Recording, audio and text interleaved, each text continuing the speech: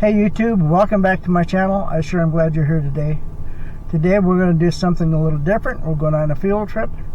We're going to go get something that I've been wanting for a long time, and let's get going and find out what I'm going to buy.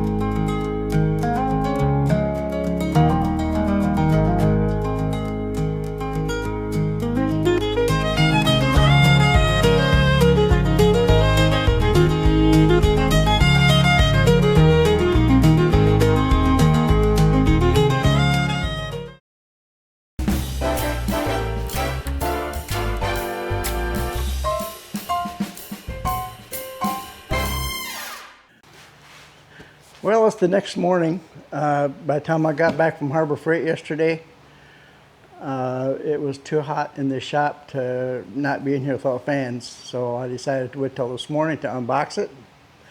I got a pretty good deal on it. It was $3.49, and there was a 15% off coupon, store-wide coupon, and so that brought it down to about $2.97. So I went ahead and decided to get it. So let's go ahead and get it unboxed. This is going to replace my Chicago Electric 10-inch compound miter saw. I've had no complaints about the Chicago Electric. It's been a good little saw. I've had it for several years, and it was just time to do an upgrade.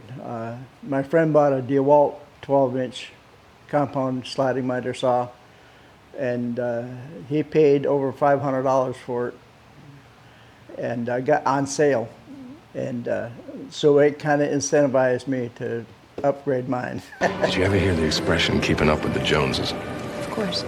And we're going to unbox it, see what's in the box, and then I'm going to read the manual and get myself familiar with it. Then we'll come back and I'll show you some of its features.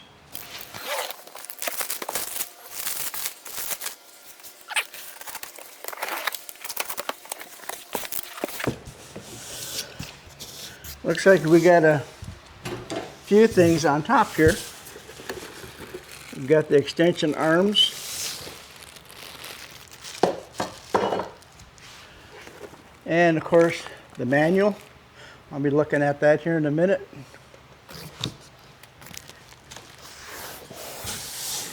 We got the dust bag.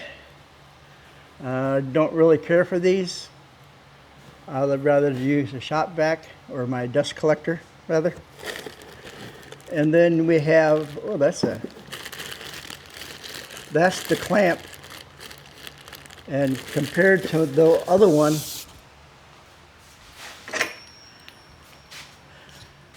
this is the one that was on my Chicago Electric. This is the one that's on the Hercules. What a difference. I can just, even the heaviness of it. Huge, huge difference in these clamps.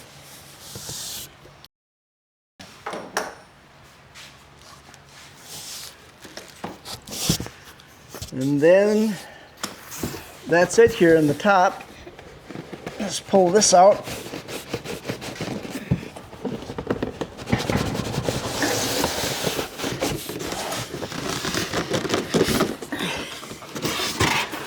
And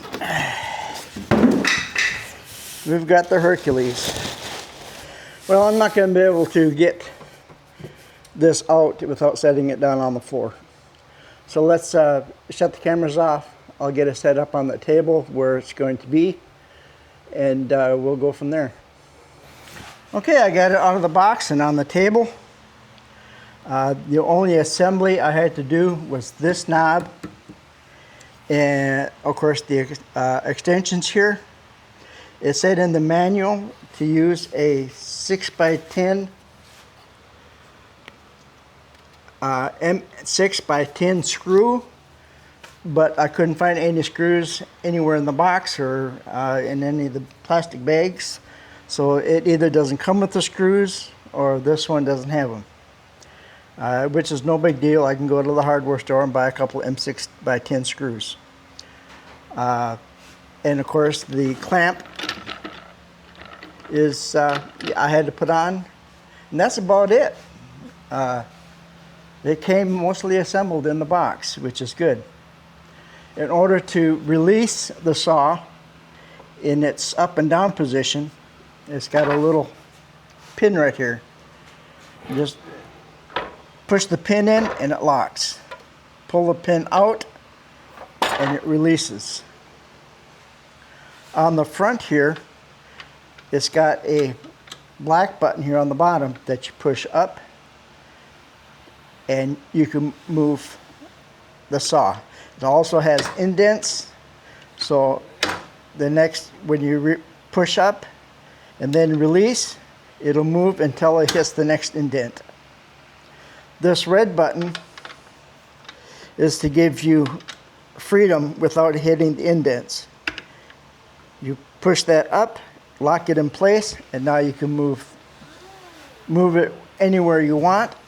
If I want a 5-degree angle, I just leave this here and then tighten this up, and it's locked at 5 degrees.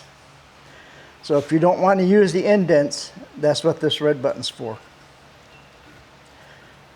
To release it back, just kind of push down and up, and it releases, and then it'll lock again in place.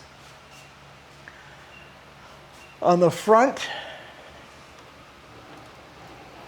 it has your handle and the switch.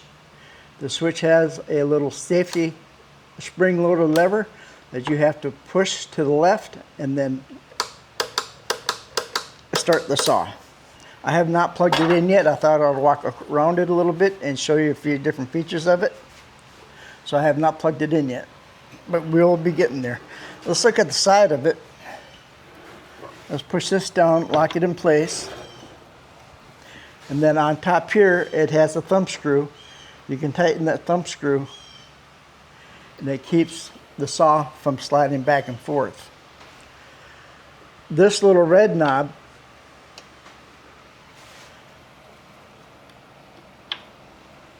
it keeps the saw from coming all the way back. It hits right here. Why you would want that, I'm not real sure. It's not adjustable. I could see maybe if it was adjustable, so you didn't want to go all the way back, you know, to cut like a dado or something. But it's not really adjustable. It just means you can't take this all the way back for some reason. I'm not sure. Maybe somebody can tell me in the comments what you would use that for, but I'm not real sure. But you just flip it that way, and then the slide comes all the way back. On this, you have one on either side, and this unlocks the bevel. It has a big, huge wing nut right here that you loosen. Push those back, and then the saw will go that way. It also has locking indents.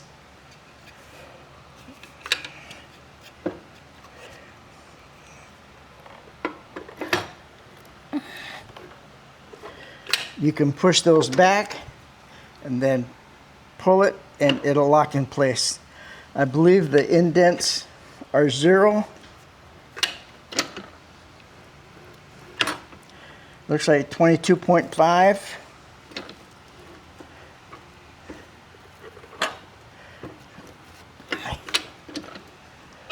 $45.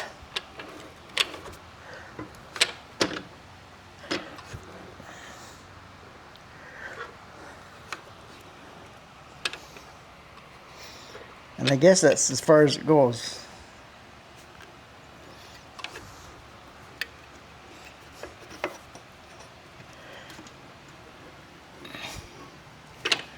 And back to 0 again. This is a dual bevel compound miter saw, so it goes in both directions. can go that way, and the indicator is on this side.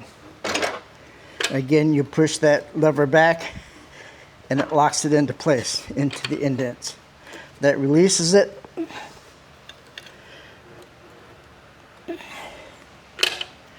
That thing is heavy, and it goes back to 0 or whatever degree you want it at. The clamp I like much better than the one that was on the Chicago Electric, because the one on the Chicago Electric, you had to clamp this and then you had to clamp it in the hole, and it was kind of a pain in the butt to use. But I like this one because it has a pin on it. Right here's a pin, and that pin goes into the hole here on the back, and then you spin it and it locks the pin in place, so it can't move up on you. And the only thing you need to do then is adjust the height. If you want to move this out of the way, you can do that, and then adjust the height where you want it, and then clamp it down to the wood. Very nice clamp. I'm real impressed with the clamp. It's real heavy duty, and I like that about it. It also has nice big deep fences right here. It's got the big deep fence.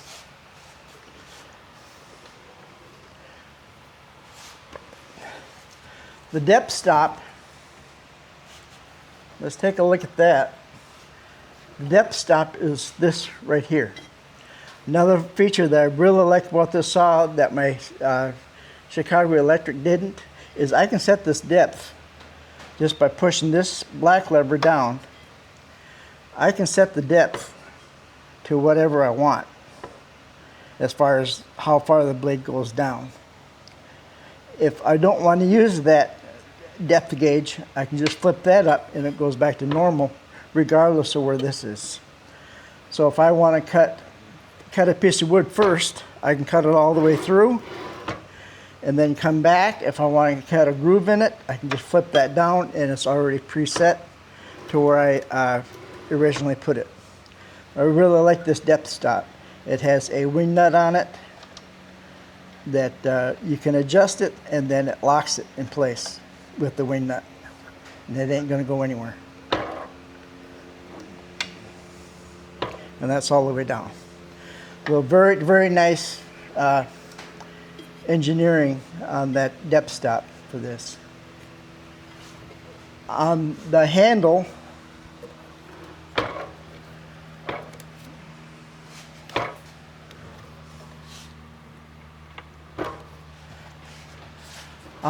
right here is a switch, and that switch turns on your LED, and that LED is above the blade, so when you go to cut, that LED, the shadow of the blade is going to be exactly where that blade is going to cut the wood. And once we get this plugged in, I will show that to you further. I can't think of anything else I missed. I will be mounting it to this table. I'm not going to do it for this video, but I'm going to end up mounting it. It just barely fits on this one. On that one, I was fortunate because these T-slots fit the exact same holes of that Chicago Electric, but this one won't. So I'm just going to have to use some screws and screw it down to this table. But for now, let's get it plugged in, and let's get a piece of scrap wood and try it out for the first time. It's going to be our first test drive. Okay, before we cut our first piece of wood, I want to take a look at how that blade indicator works. It's called a precision blade indicator or something like that. I don't remember how the manual put it. But anyway, it is a light that lights up inside your housing here. And as you move the blade down to the wood, it casts a shadow of the blade on the wood. And that shadow is going to be exactly where your blade needs to be. So when you cut a line, you want that blade shadow to be right on either side of that line when you cut. So very nice feature. I like it better than the laser system. Some people complained that when they're outside in the bright direct sunlight that it's hard to see that shadow. But I'm hardly ever outside with my miter saw. And if I am, I've got a small little Ryobi miter saw that I'm going to use to cut 2x4s and stuff with. So this would probably never be outside anyway. And as far as the lighting that I have on here now, what I normally have, the shadow is very visible. You can really see it well. So I'm real happy with that. But anyway, let's cut our first piece of wood. I've got it in here. I've got my clamp down, and we're going to see how square it is right out of the box.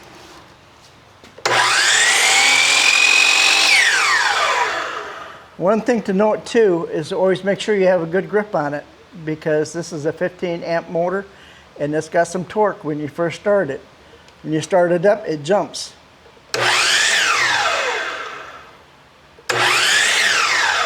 So just make sure you have a good handle on it and you got a good grip.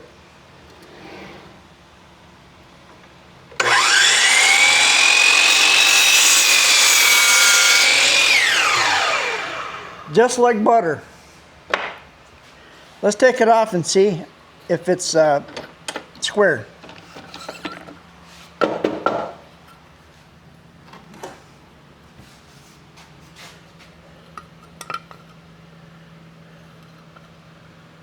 I see no daylight whatsoever. That is square right out of the box.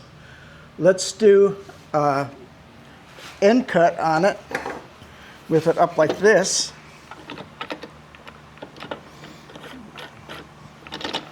And we'll check the squareness of the blade that's perpendicular to the fence.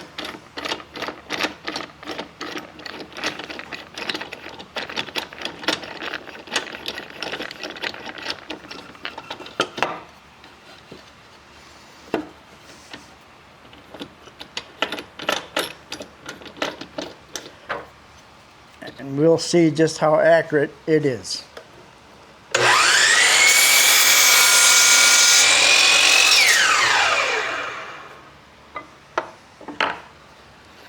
Okay, let's check the accuracy for that way.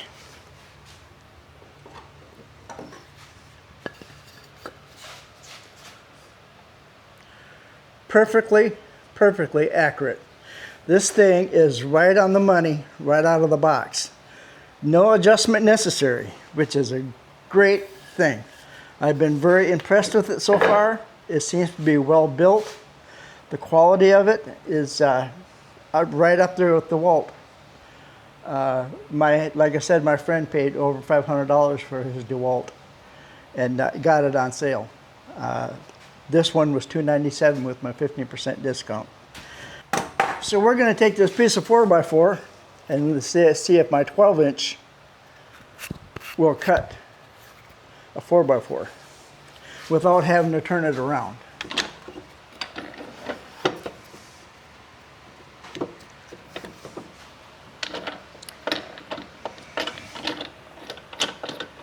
This might even be a little bit bigger than a 4x4. I'm not sure what it is.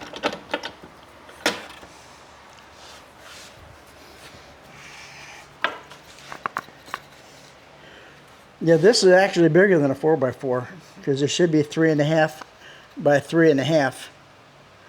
So this is probably 4 inches by 4 inches. I'm just a piece of scrap. I'm not sure where it came from, but we're going to see if it's going to cut it.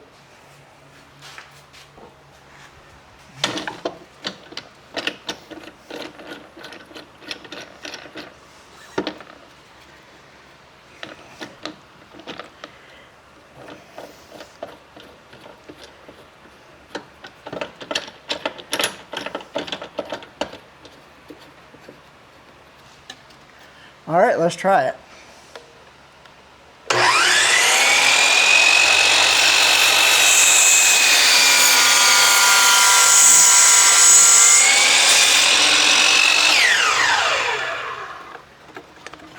It broke because it's old, but it did cut it all the way through. So will it cut a 4x4? Well, this is actually a 4x4, and it had no problem cutting it whatsoever. So, so far my initial impression is this is a great saw. It got dirty pretty quick. I didn't have dust collection on it. I can't testify about anything about dust collection on it yet until I hook my vac and stuff up to it, my dust collector.